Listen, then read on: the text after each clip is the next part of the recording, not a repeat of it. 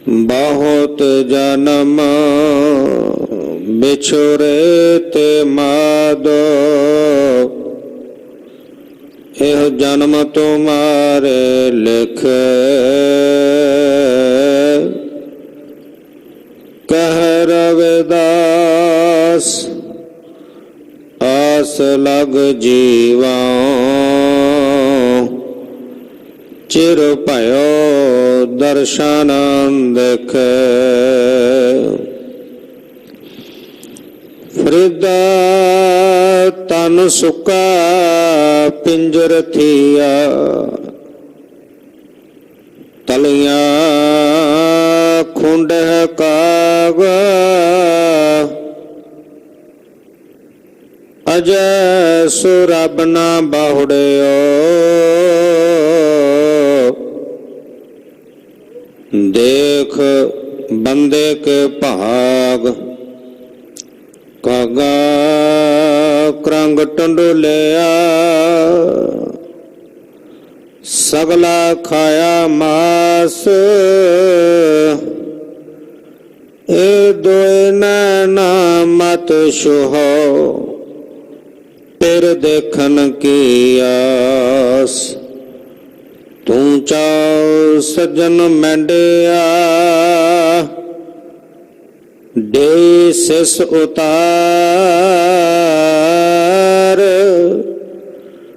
नैन महंज तरस दे, कद पसी दीदार। हम अब गुण भरे एक गुण ना, अमृत छाड़ बिख बिख। माया मोह परम पै भूले, सुत दरस्यों। एक उत्तम पंथ सुनयो गुर संगत, मिलंत जम त्रास मिटाए। अरदास पाठ कीरत की, गुर रामदास राखो सरनाए। अरदास पाठ कीरत की, गुर रामदास राखो सरनाए। टल गुर सेविया, अहनस सहज सुभाए। दर्शन परस गुरु का, जन्म मरण दुख जाए। वै सिफत खसमद, नूर अरसो कुरसो चटिया। डिठे सचे पातशाह, माल जन्म जन्म दे कटिया। जन सचा पातशाह, सिर शाहां साहो। पास बैठे सोहिया, सबनंद वेसा हो। सतनाम श्री वाहेगुरु साहिब जी। सोरठ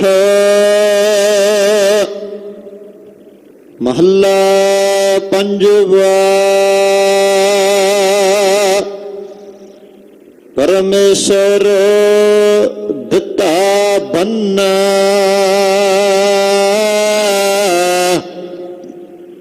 दुख रोग का डेरा पन्ना।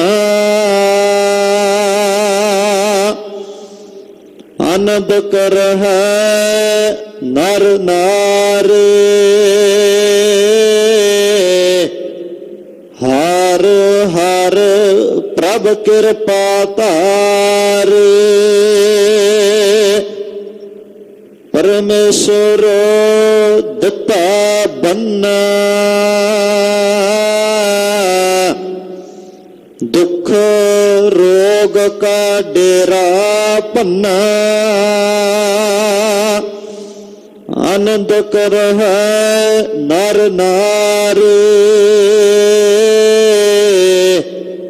हर हर प्रभ कृपा तारे। संत हो सुख होआ सब थाए। पार ब्रह्म पूर्ण परमेश्वर। रव रहया सब नहीं जाए। रहाओ तुर के बाणे आए। तिन सगले चिंत मिटाए। दयाल पुरख मेहरबाना। हर नानक साच बखाना। तुर के बाणे आए। तिन सगले चिंत मिटाए। दयाल पुरख मेहरबाना। हर नानक साच बखाना। वाहिगुरु जी का खालसा वाहिगुरु जी की फतेह।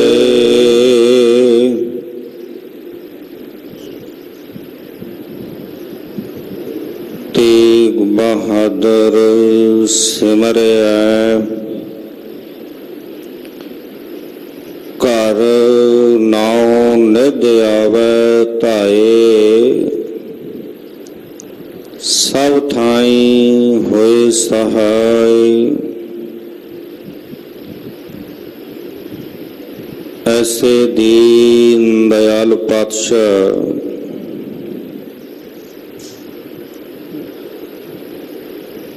धर्म रक्षक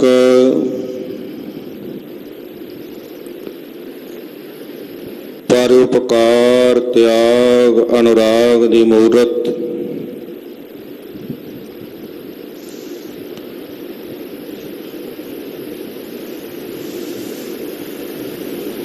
धन धन श्री गुरु तेग बहादुर साहिब जी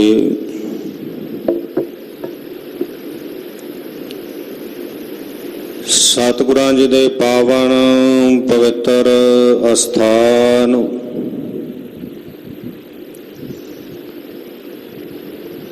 गुरुद्वारा श्री दुख निवारण साहिब विखे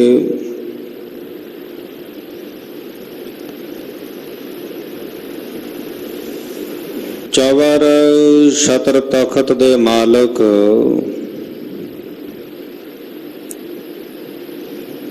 शब्दा अवतार सरवरे कायनात 10 पातशाहियों के आत्मक स्वरूप धन धन श्री गुरु ग्रंथ साहिब पातशाह जी की पावन पवित्र हजूरी अंदर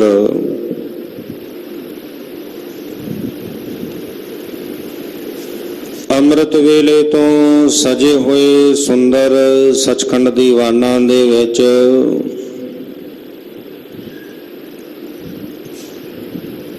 हाजरियां भर रहे सतगुरां जी दे परम प्यार विच परोती हुई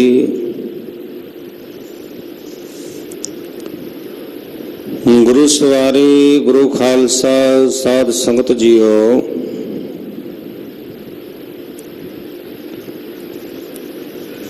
ਧੰਤਾ ਦੇ ਯੋਗ ਹੋ ਜੋ ਆਪ ਜੀ ਨਿਤ ਪ੍ਰਤ ਗੁਰੂ ਚਰਨਾਂ ਦੇ ਵਿੱਚ ਜੁੜ ਕਰਕੇ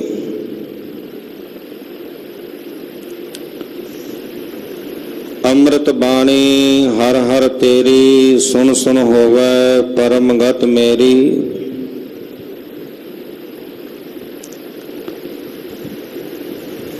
ਅੰਮ੍ਰਿਤਮਈ ਬਾਣੀ ਆਸਾ ਕੀ ਵਾਰ ਦੇ ਸ਼ਬਦ ਕੀਰਤਨ ਗੁਰ ਇਤਿਹਾਸ ਦੀ ਵਿਚਾਰ ਨੂੰ ਸਰਵਨ ਕਰਕੇ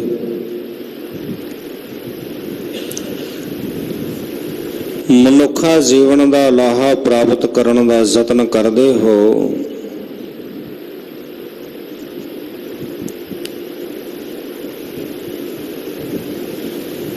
बड़े प्रेम विच भिज करके आप जिया ने रागी सिंघा पासों आसा की वार दे कीर्तन सरवण कीते हन।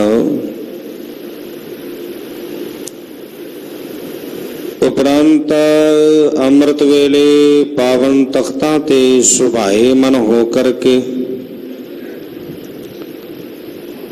ਧੰਨ ਸਾਹਿਬ ਸ੍ਰੀ ਗੁਰੂ ਗ੍ਰੰਥ ਸਾਹਿਬ ਪਾਤਸ਼ਾਹ ਜੀਆਂ ਨੇ ਸਾਡੇ ਜੀਵਾਂ ਦੇ ਭਲੇ ਹਿਤ ਪਾਵਨ ਮੁਖ ਵਾਕ ਦੀ ਦਾਤ ਬਖਸ਼ਿਸ਼ ਕੀਤੀ, ਜੋ ਹੁਣੇ ਆਪ ਜੀ ਨੇ ਸਰਵਣ ਕੀਤੇ ਹਨ। ਅੰਮ੍ਰਿਤ ਵੇਲੇ ਆਏ ਹੋਏ ਪਾਵਨ ਮੁਖ ਵਾਕ ਦੀ ਵਿਚਾਰ ਲਈ ਆਪਾਂ ਸਾਰੇ ਜੁੜ ਬੈਠੇ ਹਾਂ।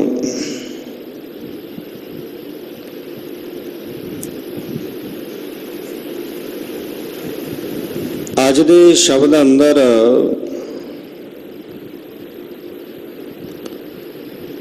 ਪੰਚਮ ਗੁਰਦੇਵ ਸ਼ਹੀਦਾਂ ਦੇ ਸਰਤਾਜ ਬਾਣੀ ਕੇ ਬੋਹਿਤ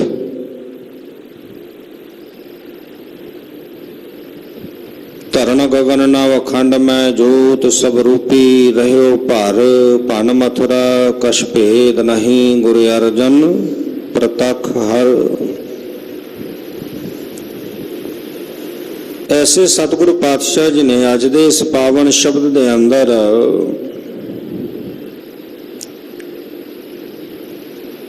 दूसरी पंक्ति दे विच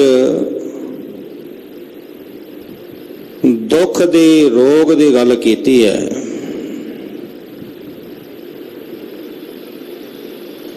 ते नाल ही क्या डेरा भन्ना ਉਹ ਜਿਹੜਾ ਦੁੱਖਾਂ ਦਾ ਰੋਗ ਦਾ ਜਿਹੜਾ ਡੇਰਾ ਹੈ ਉਹ ਕਿਵੇਂ ਭੱਜਦਾ ਹੈ, ਕਿਵੇਂ ਟੁੱਟ ਸਕਦਾ ਹੈ, ਕਿਹਦੀ ਕਿਰਪਾ ਦੇ ਨਾਲ, ਉਹ ਦੱਸਣਾ ਕੀਤਾ ਹੈ।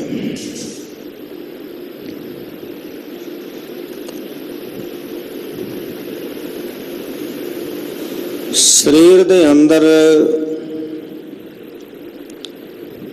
ਮਨੁੱਖੀ ਜੀਵਨ ਅੰਦਰ ਦੋ ਤਰ੍ਹਾਂ ਦੇ ਰੋਗ ਨੇ, ਮਾਨਸਿਕ ਰੋਗ ਤੇ ਸਰੀਰਕ ਰੋਗ।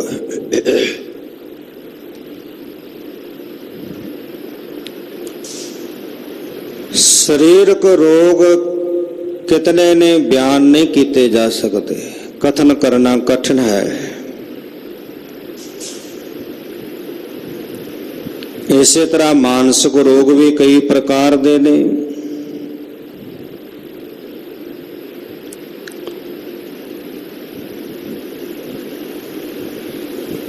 ਮਨੁੱਖੀ ਜੀਵਨ ਅੰਦਰ ਮਨੁੱਖ ਨੂੰ ਕੀ ਦੁੱਖ ਹੈ ਤੇ ਦੁੱਖ ਕਿਉਂ ਹੈ? ਮਨੁੱਖ ਨੂੰ ਦੁੱਖ ਕੀ ਹੈ ਤੇ ਕਿਉਂ ਹੈ? ਇਹਦੀ ਖੋਜ ਦਾ ਬੜਾ ਯਤਨ ਕੀਤਾ ਜਾਂਦਾ ਹੈ। ਸ਼ੁਰੂ ਤੋਂ ਹੁੰਦਾ ਆ ਰਿਹਾ ਹੈ, ਖੋਜ ਹੁੰਦੀ ਆ ਰਹੀ ਹੈ, ਹੁਣ ਤੱਕ ਚੱਲ ਰਹੀ ਹੈ।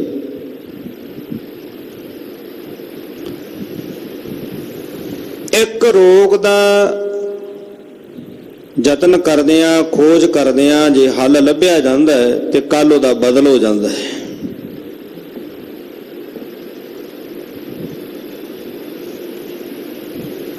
ਉਹਦੇ ਲਈ ਇੱਕ ਦਵਾਈ ਸਾਰਥਕ ਹੁੰਦੀ ਹੈ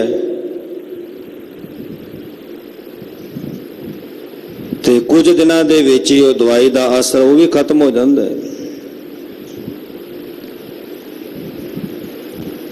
ਸਾਇੰਸ ਨੇ ਬੜੀ ਤਰੱਕੀ ਕੀਤੀ, ਕਿਉਂਕਿ ਪਹਿਲਾਂ ਆਯੁਰਵੈਦਿਕ ਤਰੀਕਿਆਂ ਦੇ ਨਾਲ ਇਲਾਜ ਕੀਤਾ ਜਾਂਦਾ ਸੀ ਮਨੁੱਖ ਦਾ। ਸਾਇੰਸ ਨੇ ਤਰੱਕੀ ਕੀਤੀ, ਐਲੋਪੈਥੀ ਦੇ ਨਾਲ ਇਲਾਜ ਹੋਣਾ ਸ਼ੁਰੂ ਹੋਇਆ।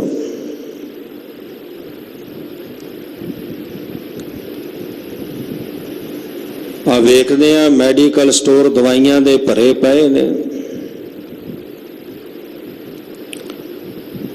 ਤੇ ਜਦੋਂ ਐਲੋਪੈਥੀ ਵੀ ਸਾਰਥਕ ਨਾ ਹੋਈ, ਕਈ ਇਲਾਜ ਐਲੋਪੈਥੀ ਨਾਲ ਵੀ ਠੀਕ ਨਹੀਂ ਹੁੰਦੇ, ਫਿਰ ਹੋਮਿਓਪੈਥਿਕ ਦੇ ਨਾਲ ਉਹਦਾ ਇਲਾਜ ਕੀਤਾ ਜਾਂਦਾ ਹੈ।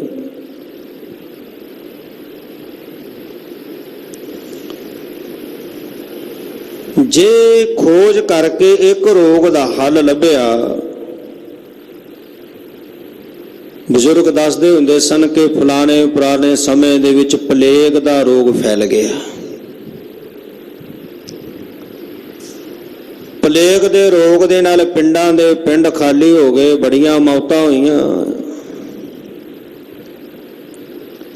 ਖੋਜ ਕੀਤੀ, ਉਹਦਾ ਹੱਲ ਲੱਭਿਆ, ਦਵਾਈ ਲੱਭੀ, ਪਲੇਗ ਦਾ ਰੋਗ ਠੀਕ ਹੋ ਗਿਆ।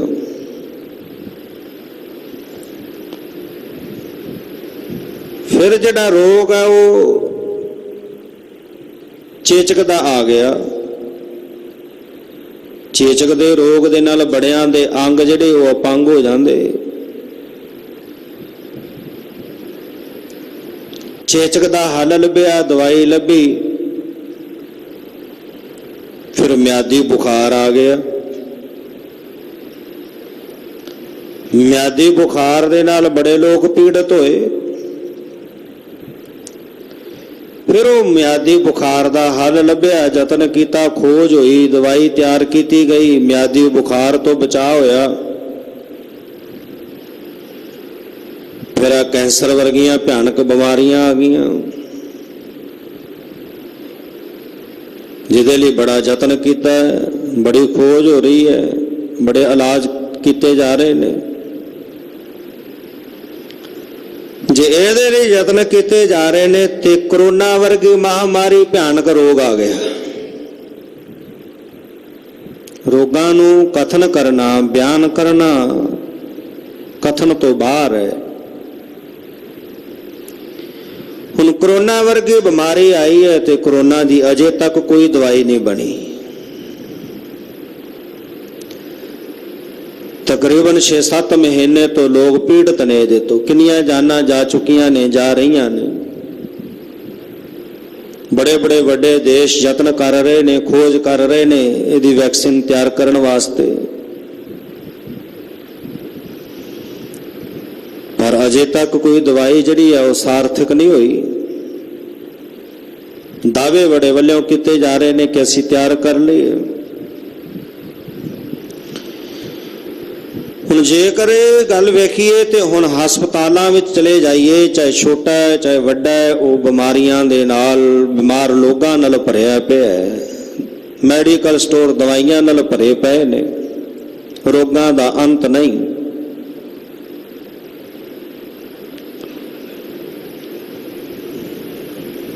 ਮਨੁੱਖ ਦੇ ਅੰਦਰ ਇੱਛਾ ਜਦੋਂ ਪ੍ਰਬਲ ਹੁੰਦੀ ਹੈ, ਕਿਉਂਕਿ ਜਿੰਨੀ ਵੱਡੀ ਇੱਛਾ ਹੋਵੇਗੀ ਉਨਾ ਵੱਡਾ ਉਹਦੇ ਪਿੱਛੇ ਦੁੱਖ ਹੋਵੇਗਾ। ਮਨੁੱਖੀ ਜੀਵਨ ਦੇ ਅੰਦਰ ਇੱਛਾ ਦਾ ਪ੍ਰਬਲ ਹੋਣਾ ਦੁੱਖ ਦਾ ਕਾਰਨ ਬਣਦਾ ਹੈ। ਕਿਸੇ ਚੀਜ਼ ਲਈ ਇੱਛਾ ਪੈਦਾ ਹੋ ਗਈ, ਉਹ ਚੀਜ਼ ਪ੍ਰਾਪਤ ਨਾ ਹੋਵੇ ਤੇ ਮਨੁੱਖ ਦੁਖੀ ਹੁੰਦਾ ਹੈ।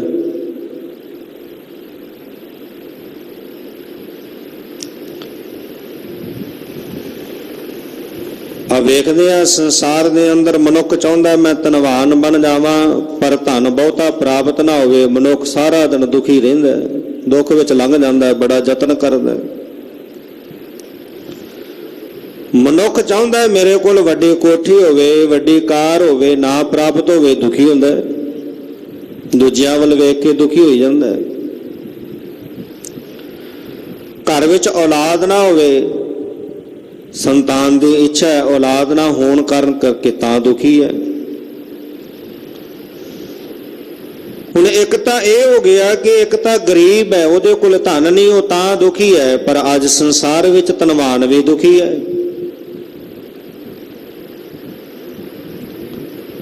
जिहदे कोल औलाद नहीं, पुत्र नहीं, वो तां पुत्र ना होने कारण दुखी है। जिहदे कोल पुत्र है अज वो भी दुखी है, वो शायद उहदे तो भी ज्यादा दुखी है। वेख रहे हालात की ने संसार दे।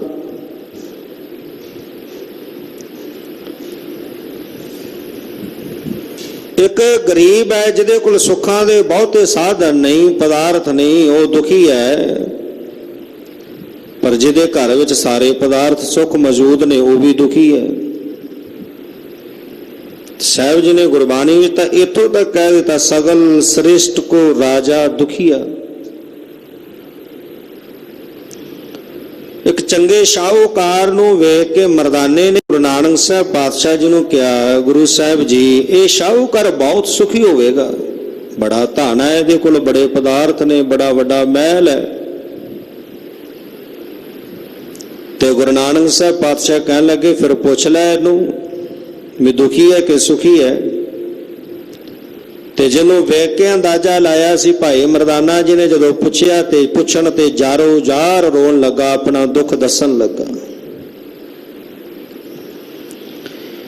इस करके मनुख दे अंदर इच्छा दा प्रगट होना, वो इच्छा पूरी ना होनी दुख दा कारण है। मानसिक रोग तो शरीरक दुख पैदा होंदे ने।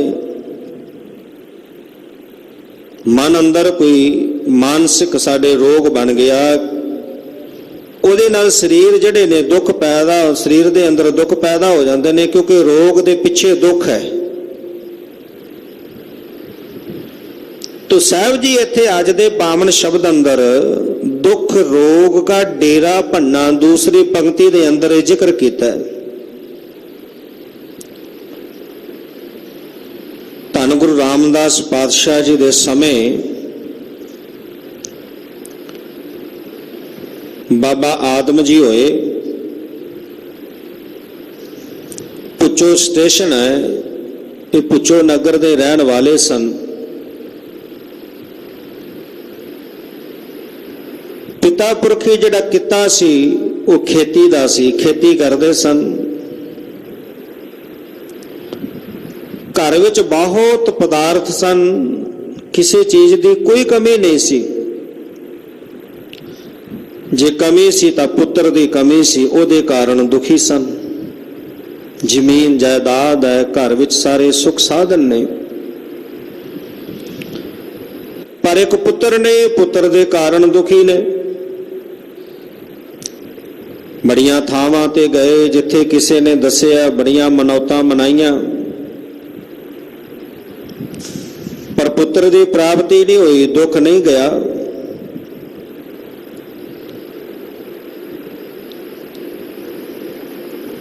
भाई गुरदास जी अचानक इस इलाके विच विचरदे इन्हां नाल मिलाप होया, घर लै गए, प्रसादा छकाया।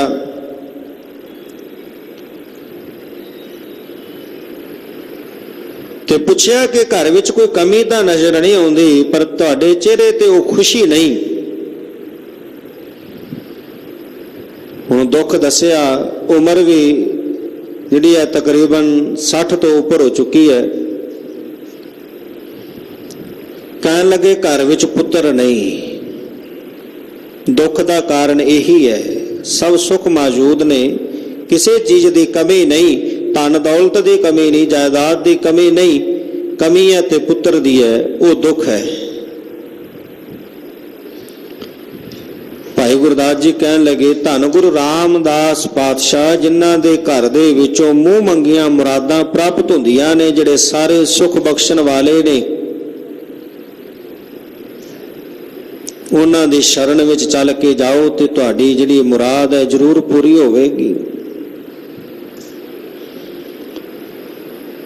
गए, घरवाली नूं नाल ले आए, पहुंच गए सतगुरु गुरु रामदास पातशाह जी की शरण में श्री अमृतसर साहिब।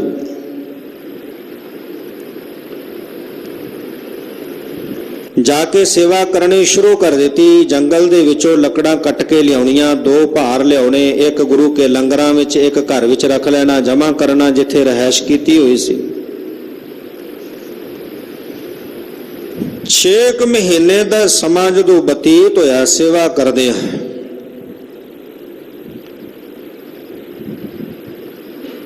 तो एक दिन सर्दी का मौसम आ चुका सी। गुरु रामदास पातशाह जी, बाबा बुढ़ा जी आदि कुछ गुरसिखां दे नाल गोविंदवाल साहब गए हुए सन। 3-4 दिन तो बाद जदों वापस आए, सर्दी का मौसम है, उधरों मीह पै गया ते ठंडी हवा जिहड़ी सी वो वगन लगी, ठक्का वग रहा सी। हिरदा जिहड़ा हड्डां नूं चीरदी हुई ठंड सी। गुरु रामदास पातशाह जी कहन लगे, कोई ऐसा सिख जिन्हां ना गुरसिखां दी ठंड नूं दूर करे, गुरु नानक दे घर दे विचों मूँह मंगियां मुरादां प्राप्त करेगा, जो चाहेगा वो प्राप्त होवेगा। आवाज पई है बाबा आदम जी दे कन्नां विच, पता लग्या जिहड़ियां लकड़ां दा ढेर घर दे विच इकट्ठा कीता सी, वो लकड़ां लईआं।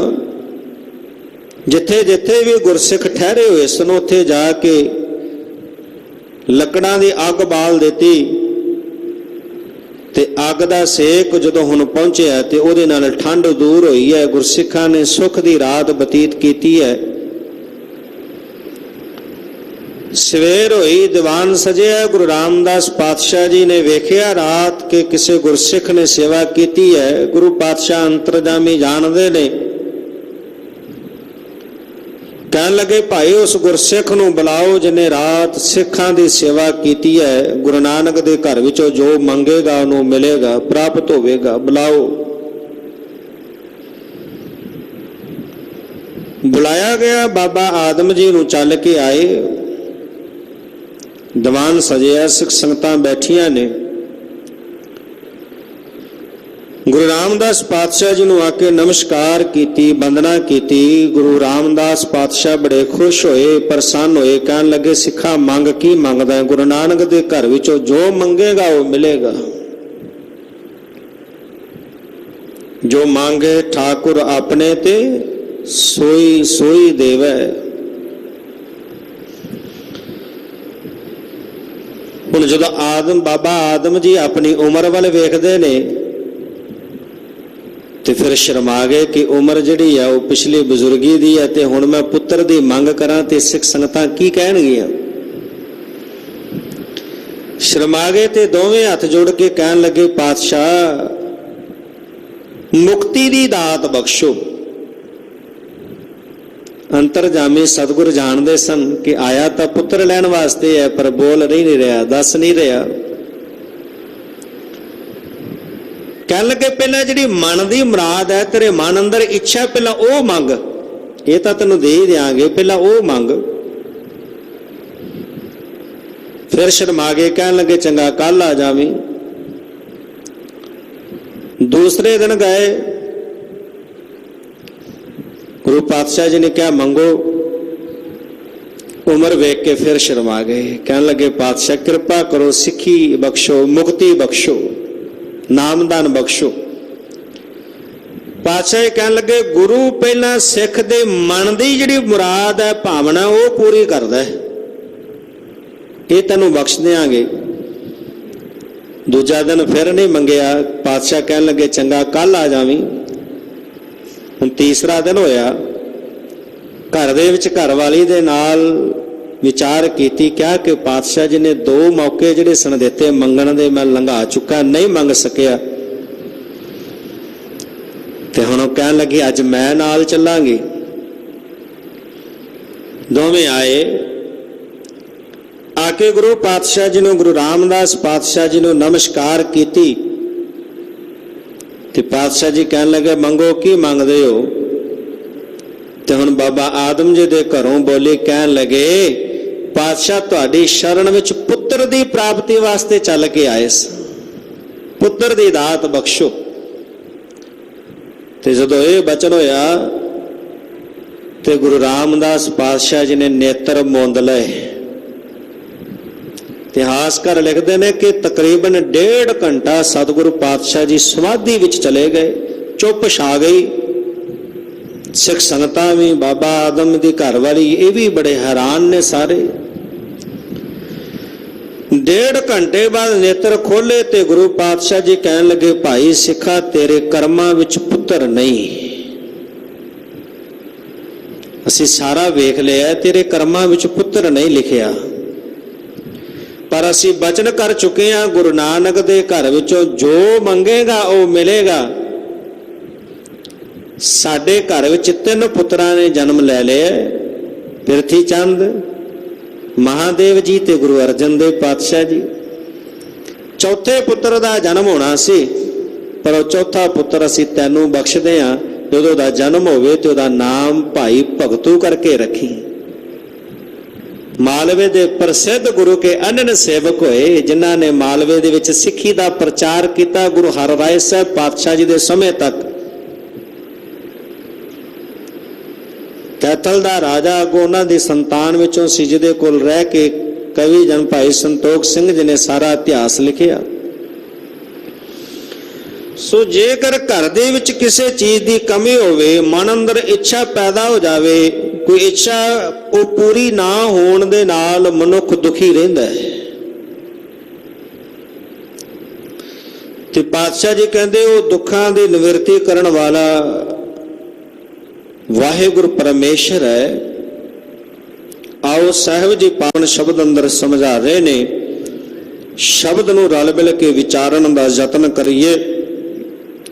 ਸੁਰਤੀਆਂ ਨੂੰ ਗੁਰ ਸ਼ਬਦ ਨਾਲ ਜੋੜਨ ਦੇ ਲਈ ਰਸਨਾ ਦੀ ਕਲਿਆਣ ਹਿਤ ਆਖਣਾ ਕਰੀਏ ਜੀ। ਸਤਨਾਮ ਸ੍ਰੀ ਵਾਹਿਗੁਰੂ ਸਾਹਿਬ ਜੀ, ਸਤਨਾਮ ਸ੍ਰੀ ਵਾਹਿਗੁਰੂ ਸਾਹਿਬ ਜੀ।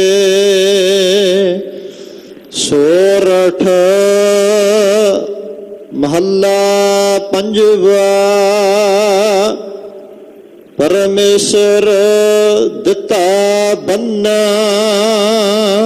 ਸੋਠ ਰਾਗ ਦੇ ਅੰਦਰ ਪੰਚਮ ਗੁਰਦੇਵ ਧੰਨ ਸਾਹਿਬ ਸ੍ਰੀ ਗੁਰੂ ਅਰਜਨ ਦੇਵ ਪਾਤਸ਼ਾਹ ਜੀ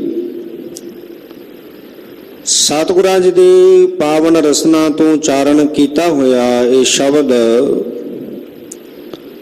ਧੰਨ ਸਾਹਿਬ ਸ੍ਰੀ ਗੁਰੂ ਗ੍ਰੰਥ ਸਾਹਿਬ ਪਾਤਸ਼ਾਹ ਜੀ ਦੇ 627 ਅੰਗ ਤੋਂ ਲੈ ਕੇ 628 ਅੰਗ ਤੇ ਪਾਵਨ ਸ਼ਬਦ ਸੁਭਾਏ ਮਨ ਹੈ। ਸ਼ਬਦ ਦੀ ਆਰੰਭਤਾ ਕਰਦਿਆਂ ਸਾਹਿਬ ਜੀ ਬਖਸ਼ਿਸ਼ ਕਰ ਰਹੇ ਨੇ, ਪਰਮੇਸ਼ਰ ਦਿੱਤਾ ਬੰਨਾ।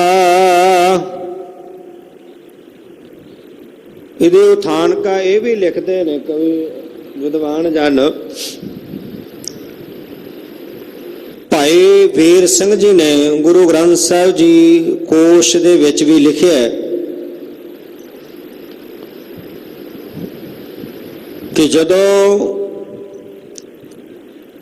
ਧੰਨ ਗੁਰੂ ਅਰਜਨ ਦੇਵ ਪਾਤਸ਼ਾਹ ਜੀ ਦੇ ਘਰ ਦੇ ਵਿੱਚ ਧੰਨ ਗੁਰੂ ਹਰਗੋਬਿੰਦ ਸਾਹਿਬ ਪਾਤਸ਼ਾਹ ਜੀ ਦਾ ਆਗਮਨ ਹੋਇਆ, ਉਸ ਵਕਤ ਗੁਰੂ ਅਰਜਨ ਦੇਵ ਪਾਤਸ਼ਾਹ ਜੀ ਨੇ ਇਹ ਸ਼ੁਕਰਾਨੇ ਵਜੋਂ ਪਾਵਨ ਸ਼ਬਦ ਜਿਹੜਾ ਉਚਾਰਨ ਕੀਤਾ। ਕਿਉਂਕਿ ਜਦੋਂ ਤਕਰੀਬਨ 4-5 ਸਾਲ ਸ਼ਾਦੀ ਨੂੰ ਹੋਇਆਂ ਨੂੰ ਬਤੀਤ ਹੋਏ ਤੇ ਘਰ ਵਿੱਚ ਅਜੇ ਕਿਸੇ ਬਾਲਕ ਦਾ ਜਨਮ ਨਹੀਂ ਹੋਇਆ। ਪ੍ਰਿਥੀ ਚੰਦ ਜਿਹੜਾ ਗੁਰਤਾ ਗੱਦੀ ਹਾਸਲ ਕਰਨੀ ਚਾਹੁੰਦਾ ਸੀ, ਇੱਕ ਦਿਨ ਦਾ ਸਮਾਂ ਦਾਸੀ ਗਲੀ ਵਿੱਚੋਂ ਗੁਜ਼ਰ ਰਹੀ ਹੈ, ਜਾ ਰਹੀ ਹੈ ਤੇ ਕਰਮੋਂ ਜਿਹੜੀ ਪ੍ਰਿਥੀ ਚੰਦ ਦੇ ਘਰ ਵਾਲੇ ਸੀ ਆਪਸ ਦੇ ਵਿੱਚ ਗੱਲਾਂ ਕਰ ਰਹੇ ਸਨ ਕਿ ਤੂੰ ਗੁਰਤਾ ਗੱਦੀ ਤੋਂ ਖਾਲੀ ਰਹਿ ਗਿਆ, ਛੋਟਾ ਜਿਹੜਾ ਸੀ ਉਹ ਹੱਕ ਲੈ ਗਿਆ। ਤੇ ਉਹ ਦਲਾਸਾ ਦੇ ਕੇ ਕਹਿੰਦਾ ਸੀ ਉਹਨਾਂ ਦੇ ਘਰ ਕਿਹੜੀ ਸੰਤਾਨ ਹੈ, ਨਾ ਹੋਣੀ ਹੈ। ਇਹ ਸਾਰਾ ਕੁਝ ਦਾ ਮਾਲਕ ਸਾਡਾ ਪੁੱਤਰ ਮਿਹਰਬਾਨ ਬਣੇਗਾ। ਇਹ ਬੋਲ ਦਾਸੀ ਦੇ ਕੰਨਾਂ ਵਿੱਚ ਪਏ। ਦਾਸੀ ਨੇ ਜਾ ਕੇ ਘਰ ਜਾ ਕੇ ਮਾਤਾ ਗੰਗਾ ਜੀ ਨੂੰ ਇਹ ਦੁੱਖ ਦੱਸਿਆ ਕਿ ਮਾਤਾ ਗੰਗਾ ਜੀ, ਤੁਸੀਂ ਆਪਣੇ ਕਰਕੇ ਨਾ ਸਹੀ, ਸਾਡਿਆਂ ਵਰਗੇ ਕਰਕੇ, ਸਿੱਖ ਸੰਗਤਾਂ ਦੇ ਕਰਕੇ ਗੁਰੂ ਸਾਹਿਬ ਗੁਰੂ ਅਰਜਨ ਦੇਵ ਪਾਤਸ਼ਾਹ ਜੀ ਨੂੰ ਬੇਨਤੀ ਕਰੋ। ਆਹ ਬੋਲ ਮੈਂ ਸੁਣ ਕੇ ਆਈ ਹਾਂ। ਗੁਰੂ ਅਰਜਨ ਦੇਵ ਪਾਤਸ਼ਾਹ ਜੀ ਨੂੰ ਜਾ ਕੇ ਜਦੋਂ ਬੇਨਤੀ ਕੀਤੀ ਮਾਤਾ ਗੰਗਾ ਜੀ ਨੇ, ਤੇ ਗੁਰੂ ਅਰਜਨ ਦੇਵ ਪਾਤਸ਼ਾਹ ਜੀ ਕਹਿਣ ਲੱਗੇ ਬਾਬਾ ਬੁੱਢਾ ਜੀ ਕੋਲ ਜਾਓ।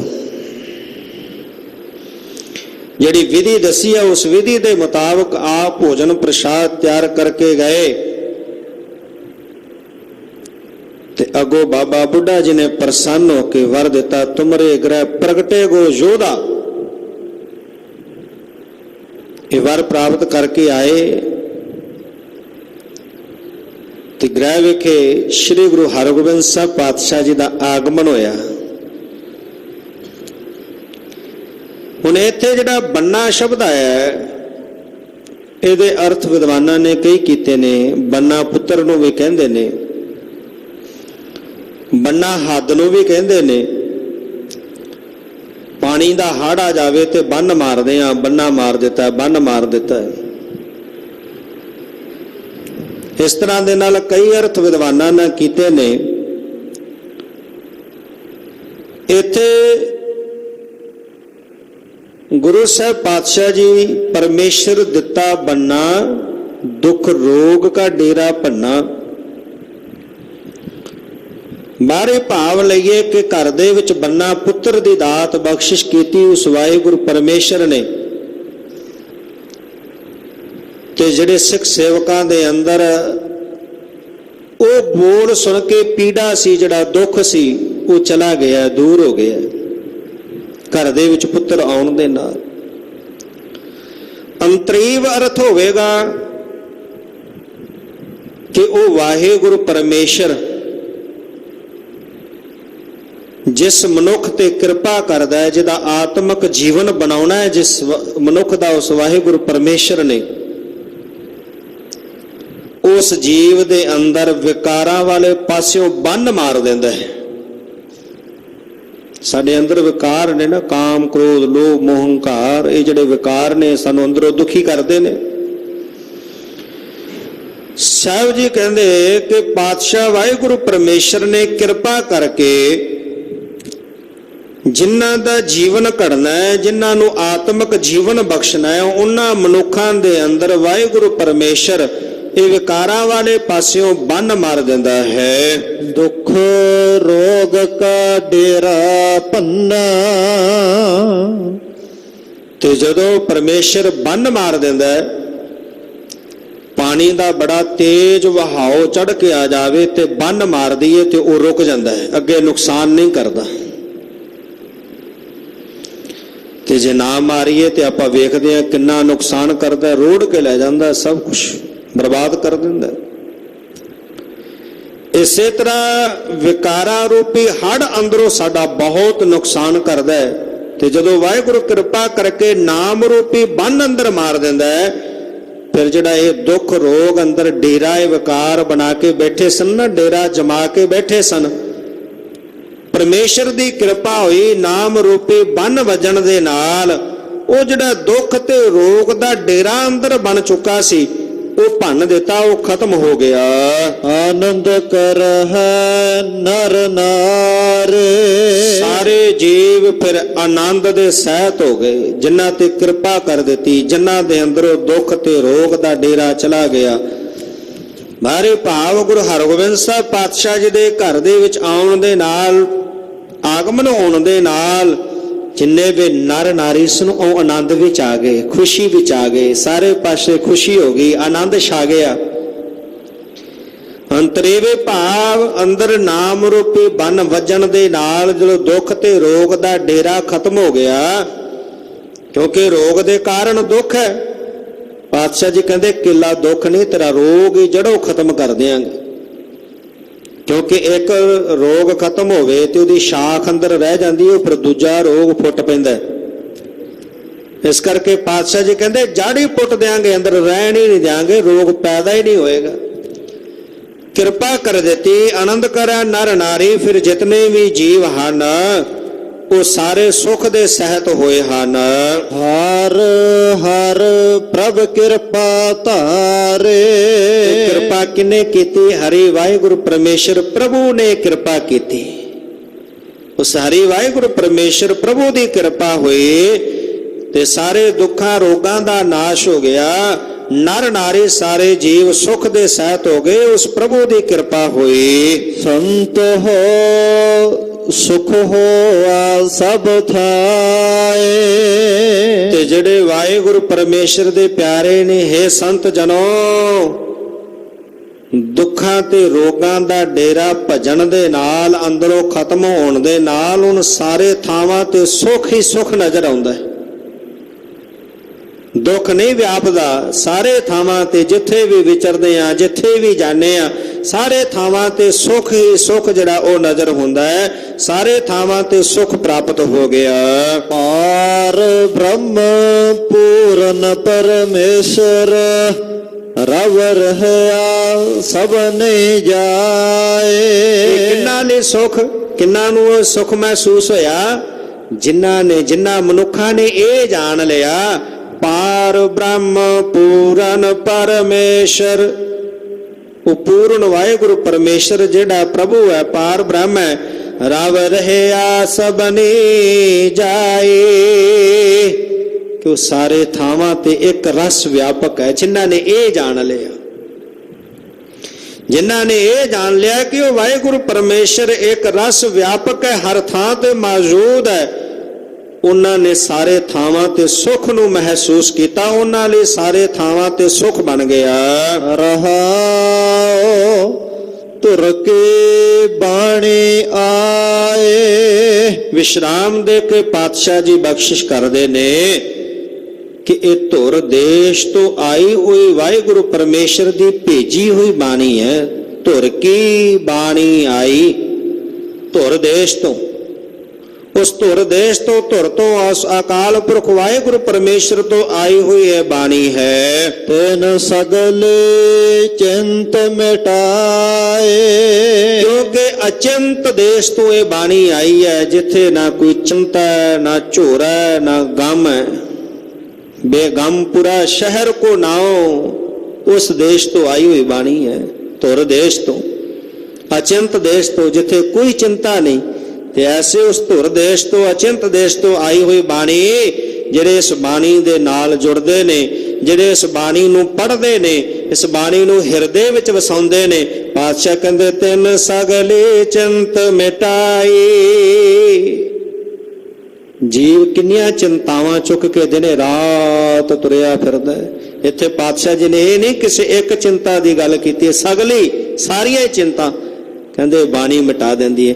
ਤੁਰ ਕੀ ਬਾਣੀ ਆਏ, ਤੁਰ ਕੇ ਬਾਣੀ ਆਏ, ਤੁਰ ਕੇ ਬਾਣੀ ਆਏ, ਤੁਰ ਕੇ ਬਾਣੀ ਆਏ, ਤੁਰ ਕੇ ਬਾਣੀ ਆਏ, ਤੁਰ ਕੇ ਬਾਣੀ ਆਏ, ਤੁਰ ਕੇ ਬਾਣੀ ਆਏ, ਤੁਰ ਕੇ ਬਾਣੀ ਆਏ। ਤਿਨ ਸਗਲੇ ਚਿੰਤ ਮਿਟਾਏ, ਤਿਨ ਸਗਲੇ ਚਿੰਤ ਮਿਟਾਏ, ਤਿਨ ਸਗਲੇ ਚਿੰਤ ਮਿਟਾਏ, ਤਿਨ ਸਗਲੇ ਚਿੰਤ ਮਿਟਾਏ, ਤਿਨ ਸਗਲੇ ਚਿੰਤ ਮਿਟਾਏ, ਤਿਨ ਸਗਲੇ ਚਿੰਤ ਮਿਟਾਏ, ਤਿਨ ਸਗਲੇ ਚਿੰਤ ਮਿਟਾਏ, ਤਿਨ ਸਗਲੇ ਚਿੰਤ ਮਿਟਾਏ। ਜਿਹੜੇ ਇਸ ਧੁਰ ਕੀ ਬਾਣੀ ਦੇ ਨਾਲ ਜੁੜਦੇ ਨੇ, ਬਾਣੀ ਨੂੰ ਪੜ੍ਹਦੇ ਨੇ, ਹਿਰਦੇ ਵਿੱਚ ਵਸਾਉਂਦੇ ਨੇ, ਇਹ ਬਾਣੀ ਐਸੀ ਹੈ ਉਸ ਜੀਵ ਦੀਆਂ ਸਾਰੀਆਂ ਚਿੰਤਾਵਾਂ, ਝੋਰੇ ਜਿਹੜੇ ਉਹ ਖਤਮ ਕਰ ਦਿੰਦੀ ਹੈ। ਕੋਈ ਚਿੰਤਾ ਨਹੀਂ ਰਹਿਣ ਦਿੰਦੀ। ਚਿੰਤਤ ਹੀ ਦਿਸੈ ਸਭ ਕੋਏ, ਸਾਰਾ ਸੰਸਾਰ ਵੇਖ ਲਈਏ ਚਿੰਤਾ ਵਿੱਚ ਗਰਸਿਆ ਪਿਆ। ਚੇਤਾ ਏਕ ਤਹੀ ਸੁਖ ਹੋਏ, ਜਿਹੜਾ ਇੱਕ ਨੂੰ ਸਿਮਰਦਾ ਹੈ, ਚਿੱਤ ਵਿੱਚ ਵਸਾਉਂਦਾ ਹੈ, ਕਹਿੰਦੇ ਕੇਵਲ ਉਹੀ ਸੁਖੀ ਹੈ। ਨਹੀਂ ਤੇ ਸਾਰਾ ਸੰਸਾਰ ਚਿੰਤਾ ਵਿੱਚ ਪਿਆ, ਦਿਨੇ ਰਾਤ ਚਿੰਤਾ ਵਿੱਚ ਡੁੱਬਿਆ ਹੋਇਆ। ਕਿਸੇ ਨੂੰ ਕੋਈ ਚਿੰਤਾ ਲੱਗੀ ਹੈ, ਕਿਸੇ ਨੂੰ ਕੋਈ ਚਿੰਤਾ ਲੱਗੀ ਹੈ। ਸਾਹਿਬ ਜੀ ਕਹਿੰਦੇ ਆ ਜੇ ਬਾਣੀ ਦੇ ਨਾਲ ਜੁੜ, ਬਾਣੀ ਪੜ੍ਹ, ਹਿਰਦੇ ਵਿੱਚ ਵਸਾ, ਇਹ ਬਾਣੀ ਤੇਰੀਆਂ ਸਾਰੀਆਂ ਚਿੰਤਾਵਾਂ ਖਤਮ ਕਰ ਦੇਗੀ। ਨਾਨਕ ਚਿੰਤਾ ਮਤ ਕਰੋ, ਚਿੰਤਾ ਤਿਸ ਹੀ ਹੈ। ਜਲ ਮੈਂ ਜੰਤ ਉਪਾਇਨ ਤਿਨਾ ਪੇ ਰੋਜੀ ਦੇ। ਉਹ ਜਲ ਵਿੱਚ ਜਿਹੜੇ ਜੀਵ ਪੈਦਾ ਕੀਤੇ ਉਹਨਾਂ ਨੂੰ ਵੀ ਰੋਜੀ ਦੇ ਰਿਹਾ, ਉਹਨਾਂ ਨੂੰ ਵੀ ਪਾਲ ਰਿਹਾ, ਉਹਨੂੰ ਚਿੰਤਾ ਹੈ। ਤੂੰ ਚਿੰਤਨ ਕਰ, ਚਿੰਤਾ ਛੱਡ ਦੇ, ਚਿੰਤਨ ਕਰ। ਜਦੋਂ ਚਿੰਤਨ ਕਰੇਗਾ ਤਾਰੀਆਂ ਸਾਰੀਆਂ ਚਿੰਤਾਵਾਂ ਜਿਹੜੀਆਂ ਉਹ ਖਤਮ ਹੋ ਜਾਣਗੀਆਂ। ਦਇਆਲ ਪੁਰਖ ਮਿਹਰਬਾਨਾ, ਉਹ ਦਇਆਲ ਪੁਰਖ ਜਿਹੜਾ ਵਾਹਿਗੁਰੂ ਪਰਮੇਸ਼ਰ ਹੈ, ਜਿਹੜਾ ਸਦਾ ਹੀ ਦਇਆਲੂ ਹੈ, ਜਿਹੜਾ ਸਦਾ ਹੀ ਮਿਹਰਬਾਨ ਹੈ, ਸਦਾ ਜੀਵਾਂ ਤੇ ਦਇਆ ਕਰਨ ਵਾਲਾ ਹੈ। ਮਿਹਰਬਾਨ ਸਾਹਿਬ, ਮਿਹਰਬਾਨ ਸਾਹਿਬ ਮੇਰਾ ਮਿਹਰਬਾਨ, ਜੀ ਸਗਲ ਕੋ ਦੇ ਦਾਨ, ਤੂੰ ਕਾਹੇ ਡੋਲੇ ਪ੍ਰਾਨੀਆਂ, ਤੁਧ ਰਾਖੇਗਾ ਸਿਰਜਨਹਾਰ, ਜਿਨ ਪੈਦਾਇਸ਼ ਤੂੰ ਕੀਆ ਸੋਈ ਦੇ ਉਧਾਰ। ਜਿਨੇ ਤੈਨੂੰ ਪੈਦਾ ਕੀਤਾ ਤੇਰੀ ਪਾਲਣਾ ਉਹ ਕਰੇਗਾ, ਉਹ ਤਾਂ ਮਿਹਰਬਾਨ ਹੈ, ਸਦਾ ਹੀ ਮਿਹਰਬਾਨ ਹੈ। ਐਸਾ ਜਿਹੜਾ ਉਹ ਵਾਹਿਗੁਰੂ ਪਰਮੇਸ਼ਰ ਹੈ। ਹਰ ਨਾਨਕ ਸਾਚ ਵਖਾਨਾ, ਤੇ ਜਿਨ੍ਹਾਂ ਤੇ ਕਿਰਪਾ ਕਰ ਦਿੰਦਾ ਹੈ, ਰਹਿਮਤ ਕਰ ਦਿੰਦਾ ਹੈ, ਫਿਰ ਉਹ ਸਦਾ ਹੀ ਸੱਚ ਦਾ ਵਖਿਆਨ ਕਰਦੇ ਨੇ, ਸਦਾ ਹੀ ਉਹ ਸੱਚੇ ਵਾਹਿਗੁਰੂ ਪਰਮੇਸ਼ਰ ਨੂੰ ਸਿਮਰਦੇ ਹਨ, ਵਖਿਆਨ ਕਰਦੇ ਹਨ। ਸੋ ਸਤਿਗੁਰੂ ਪਾਤਸ਼ਾਹ ਧੰਨ ਗੁਰੂ ਅਰਜਨ ਦੇਵ ਪਾਤਸ਼ਾਹ ਜੀ, ਸਤਿਗੁਰਾਂ ਨੇ ਅੱਜ ਦੇ ਪਾਵਨ ਸ਼ਬਦ ਅੰਦਰ ਬਖਸ਼ਿਸ਼ ਕਰਕੇ ਸਮਝਾਉਣਾ ਕੀਤਾ ਹੈ। ਜਿਹੜਾ ਜੀਵ ਚਿੰਤਾ ਵਿੱਚ ਗਰਸਿਆ ਹੋਇਆ ਹੈ ਕਿ ਅਜੀਬ ਤੂੰ ਉਸ ਧੁਰ ਦੇਸ਼ ਤੋਂ ਆਈ ਹੋਈ ਧੁਰ ਕੀ ਬਾਣੀ ਦੇ ਨਾਲ ਜੁੜਨਾ ਕਰ, ਤੇਰੇ ਸਾਰੇ ਦੁੱਖ ਰੋਗ ਖਤਮ ਹੋ ਜਾਣਗੇ, ਤੇਰੀਆਂ ਸਾਰੀਆਂ ਚਿੰਤਾਵਾਂ ਖਤਮ ਹੋ ਜਾਣਗੀਆਂ ਬਾਣੀ ਪੜ੍ਹਨ ਦੇ ਨਾਲ, ਬਾਣੀ ਨੂੰ ਹਿਰਦੇ ਵਿੱਚ ਵਸਾਉਣ ਦੇ ਨਾਲ।